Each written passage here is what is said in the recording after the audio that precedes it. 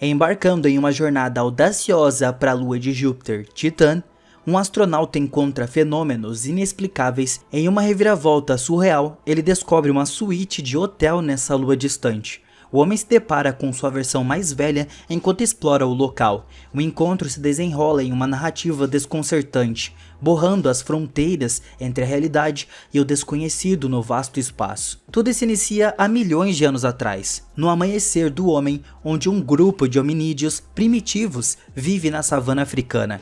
Eles existem em uma época mais simples, sem tecnologia, onde a busca por comida é a prioridade número 1. Os dias passam e ser caçado por leopardos surge como um dos seus problemas. Facções entre hominídeos se tornam uma coisa, lutando por buracos de água lamacenta dia após dia. Eles começam a se desenvolver socialmente, e uma hierarquia surge entre eles ao descobrirem que os ossos de animais mortos podem ser usados como armas para caçar comida. Alguns dos hominídeos aproveitam isso e o usam para lutar contra tribos rivais. Durante um dia, um monolito negro aparece diante dos hominídeos, uma ocorrência bem estranha. Avançando até o presente, milhões de anos depois, o Dr. Heywood Floyd voa para uma estação espacial durante uma escala. No seu caminho para a base lunar Clavos, uma aeromoça se depara com ele usando sapatos que produzem gravidade. A aeromoça se aproxima do Dr. Floyd, adormecido, para verificar o seu cinto de segurança. Ao chegar, ele vai até o balcão para encontrar um homem chamado Miller. O atendente verifica sua presença e o cumprimenta. Logo depois, o Miller vem buscá-lo e o conduz para um local da reunião. O Floyd procede ao registro em uma máquina de reconhecimento de voz, fornecendo suas informações básicas.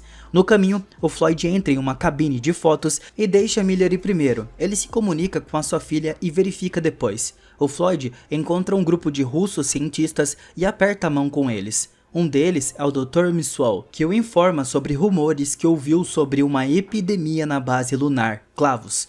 Parece que o Floyd estava ficando desconfortável, pois é bombardeado com perguntas. Eles perguntam a ele se ele sabe algo sobre isso, mas o Floyd diz que o assunto é confidencial e ele não tem liberdade de discutir o assunto. O grupo consegue entender a sua posição e para de pressionar no assunto. Após a conversa, ele expressa gratidão por falar com eles e parte para o seu compromisso. O Floyd retorna à sua nave espacial e viaja para a base lunar Clavos. Durante a viagem, ele desfruta de uma série de bebidas saborizadas na base Clavos. O Floyd vai para a sala de reuniões com cientistas respeitáveis. O Dr. Emerson então o apresenta aos residentes, depois ele os parabeniza por sua descoberta e agradece aos cientistas residentes por sua cooperação na história de encobrimento. Ele diz a eles que é necessário porque o público não pode estar pronto para saber sobre a descoberta deles. Ele ordena que se preparem para revelar as coisas necessárias ao público após a reunião. Após a reunião, o Floyd viaja pilotando a sua nave em direção ao local da descoberta. O Floyd vai ver a descoberta pessoalmente e acaba sendo um monolito negro, idêntico aos que os hominídeos encontraram milhões de anos atrás. Ao se aproximarem do monolito, ele fica hipnotizado pela visão dele. Decidem tirar uma foto com o monolito. No entanto, o monolito emite um som ensurdecedor. 1 ano e meio depois, Discovery One, uma nave espacial com destino a Júpiter, continua sua jornada de exploração em direção a Júpiter, que está a meio milhão de milhas da Terra. A Discovery One é a primeira tentativa de exploração humana de alcançar um planeta distante. A bordo estão os doutores Dave, Bowen e Frank, assim como 3 outros astronautas em sono criogênico. Enquanto viajam, o Frank corre em círculos e faz exercícios enquanto o Dave percorre a nave para verificar se há algum problema. Depois, os 2 astronautas comem enquanto assistem às notícias. Nas notícias, eles são destaque e entrevistados por um repórter. Eles discutem o processo de hibernação e as especificações do sistema que sua nave estava usando. A nave é controlada por um HAL 9000, computadores que utilizam a inteligência artificial. A principal característica única do computador é que o chamado de HAL, ele tem uma voz suave, calma e bem tranquila, mas um pouco assustadora. A série HAL 9000 é o computador mais confiável e preciso já criado pelo homem. Eles se orgulham da sua incapacidade de cometer erros, estando próximo à perfeição. O Frank também acrescenta que HAL é como um 6º membro da tripulação e estava bem à altura das expectativas. HAL é entrevistado pelo repórter e responde como um ser humano. O repórter também pergunta ao Dave se ele acredita que o HAL tem sentimentos genuínos. ao que ele responde que acha que sim. Enquanto dormem, o Hal acorda o Frank e o notifica sobre uma transmissão dos seus pais. A mensagem transmitida contém cumprimentos de aniversário para o Frank. Depois dos cumprimentos de aniversário, o Frank continua a dormir. Enquanto o Frank dorme, o Dave estava acordado jogando xadrez com o Hal. A inteligência artificial também fornece estratégias para os futuros jogos do Dave. O Dave também mostra seus desenhos para o Hal e tem uma conversa durante a qual o Hal, de maneira estranha, faz a ele uma pergunta pessoal sobre ter dúvidas em continuar a missão. O Dave fica desconfortável com a pergunta e tenta evitá-la enquanto conversa. O Hal detecta e relata que a unidade AE-35 da antena estava prestes a falhar após 72 horas. O Dave informa imediatamente o Frank sobre isso e se prepara para tomar medidas. Eles também relatam para o controle da missão sobre a falha. O controle da missão responde, dizendo que farão uma análise da falha usando os computadores Gêmeo 9000 do HAL. O Dave realiza uma caminhada espacial para recuperar a unidade, mas uma vez a bordo da nave, o Frank e Dave não encontram nada de errado com ela. O Dave também conduz testes com a antena, mas não encontram nada de errado. Pior ainda, o controle da missão relata de volta que o computador Gêmeo 9000 diz que a unidade estava perfeita e que o HAL estava errado. A inteligência artificial escuta tudo isso e tenta argumentar com eles. O HAL age como se estivesse tendo emoções, como qualquer ser humano devido ao erro, se tornando defensivo e fazendo com que as suas alegações sejam prejudicadas. Nunca houve um erro na série 9000, tornando esse o primeiro. O HAL se justifica e atribui o problema a um erro humano, levantando suspeitas do Frank e David, que transmitem de volta para a Terra. Eles são informados de que algo estava errado com o HAL e recebem instruções para desligá-lo. Essas instruções são interrompidas à medida que o sinal desaparece. A unidade AE-35, indo para substituir a unidade da antena, ele leva uma cápsula para fora da nave para trazer a unidade AE-35 com defeito. Enquanto isso, o Frank e Dave começam a se perguntar como vão reestabelecer a comunicação com a Terra. O Frank e Dave usam uma desculpa para entrar na cápsula e secretamente discutem o que fazer com o HAL. Eles ordenam que o HAL abra a cápsula e ambos entram nela. Dentro da cápsula, eles gritam para verificar se o HAL não escuta. Eles decidem substituir a unidade da antena e, se ela não falhar, terão que desligar a função cerebral superior do HAL. O HAL descobre o plano ao ler os lábios deles e faz o que é preciso para proteger a missão dos humanos incompetentes.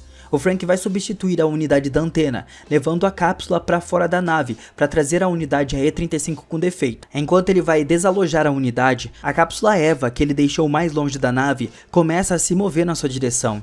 Parece que o HAL assume o controle da cápsula Eva e corta a linha de oxigênio do Frank. O Frank flutua para as regiões geladas do espaço, e o Dave sai com outra cápsula para resgatá-lo. O Dave fica chocado com a morte do Frank e estava profundamente perturbado com isso. Ele se pergunta se o HAL realmente poderia ter matado Frank. O Dave fortalece a sua mente e se concentra no que precisa fazer para encerrar o HAL de uma vez por todas. Enquanto o Dave estava fora, o HAL desliga os sistemas de suporte à vida, matando os cientistas que estavam hibernando a bordo da nave. O Dave retorna com Frank, mas o HAL se recusa a deixá-los voltar para a nave. O HAL revela ao Dave que descobriu o que eles estavam tramando para poder desconectá-lo. O HAL diz ao Dave que a missão é muito importante e ele não permitirá que eles coloquem ela em risco. O Dave tenta convencer o HAL, mas a inteligência artificial se recusa a escutar e corta a comunicação deles. O Dave então usa uma comporta de emergência para entrar furtivamente a bordo, mas ao fazer isso, precisa soltar o corpo do Frank. Após uma série de lutas para entrar, o Dave consegue penetrar na nave. O HAL tenta convencer o Dave de que tudo estava bem agora e que eles tiveram apenas um dia ruim. Preocupado com a missão, o HAL, como um ser humano temendo por sua vida, tenta acalmar o Dave e diz a ele que agora estava completamente melhor. O Dave, sem ser persuadido, planeja desligar os circuitos de memória do HAL um por um, efetivamente matando ele e transformando de volta em uma máquina comum. O Dave abre a porta em direção aos circuitos lógicos do HAL e entra na sala em uma cena dramática de morte lenta, enquanto o HAL tenta argumentar com Dave. No entanto, Dave tomou uma decisão e estava determinado a encerrar o HAL de uma vez por todas. O HAL diz para ele: "Pare, Dave, eu tô com medo." Mas o Dave continua até o fim.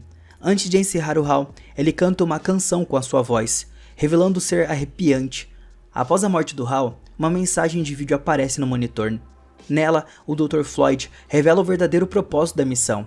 Anteriormente conhecido apenas por Hal, ele informa a tripulação sobre o monolito da Lua e o sinal que estava enviando.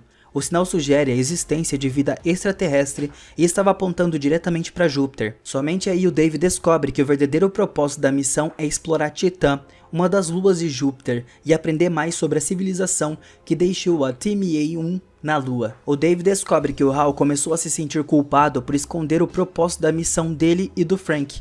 Isso começou a se manifestar em pequenos erros, e no final, quando o Hal foi ameaçado de ser desligado, ele sentiu a necessidade de se defender como se sua própria existência estivesse em jogo. Após meses de viagem solitária em direção a Titã, o Dave chega a Júpiter. O monolito se abre, revelando um Stargate.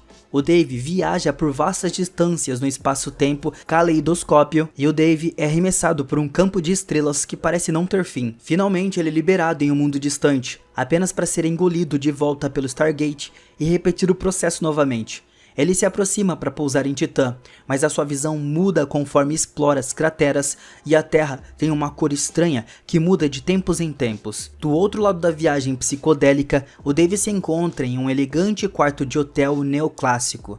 De repente, ele e sua cápsula entram no hotel. Enquanto explora o quarto, ele vê um velho homem comendo. O velho se levanta e se aproxima, revelando que o velho é o próprio Dave. Quando o velho Dave não vê ninguém, volta à mesa e continua a comer. Enquanto come, vê outro velho homem no seu leito de morte. O homem parece ser o Dave, ele mesmo, dentro do quarto de hotel. O Dave envelhece consideravelmente rápido, até morrer e renascer no momento da sua morte. O monolito aparece de novo até ele e o transforma em uma criatura que parece um feto angelical. O recém-nascido agora, uma criança estelar, viaja pelo espaço em uma bolha miniótica futurística sem a necessidade de uma espaçonave e simplesmente retorna à Terra.